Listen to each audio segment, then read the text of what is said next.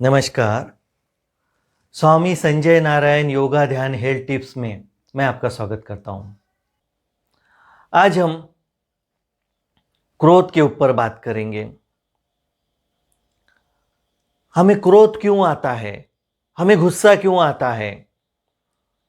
ऐसा कोई व्यक्ति नहीं जिसे गुस्सा नहीं आता। चाह चलाती आदमी को आदमी चलता नहीं संसार में। जब हमारे काम में बाधा आती, जब हम कोई चीज या कोई बात चाहते और वो नहीं मिलती या नहीं पूरी होती, उसमें बाधा आती, जब हमारी चाह में बाधा आती तब क्रोध आता। और क्रोध जब बढ़ जाता तो मोह बन जाता। जनरली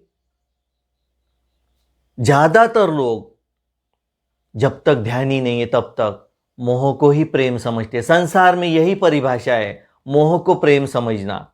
इसी कारण तनाव है, झगड़े है, परेशानी है, डिस्टर्ब होते लोग, या डिस्टर्बेंस है, या डिप्रेशन है, टेंशन है, वो इसी कारण है, क्योंकि मोह को ही हम प्रेम समझते हैं।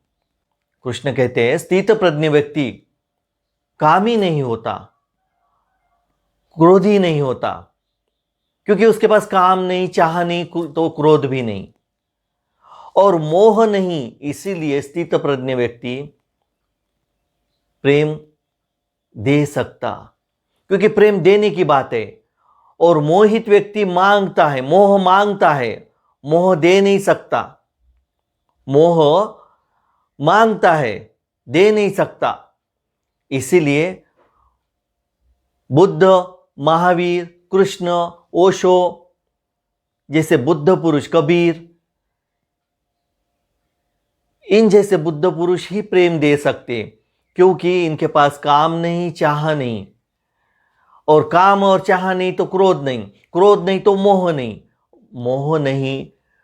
इसीलिए प्रेम दे सकते, प्रेम देने की बात है। और अक्सर संसार में प्रेम मांगा जाता, क्योंकि प्रेम मांगते हैं कि तुम मुझे प्रेम नहीं करते, तुम्हें मुझसे प्रेम ही नहीं है।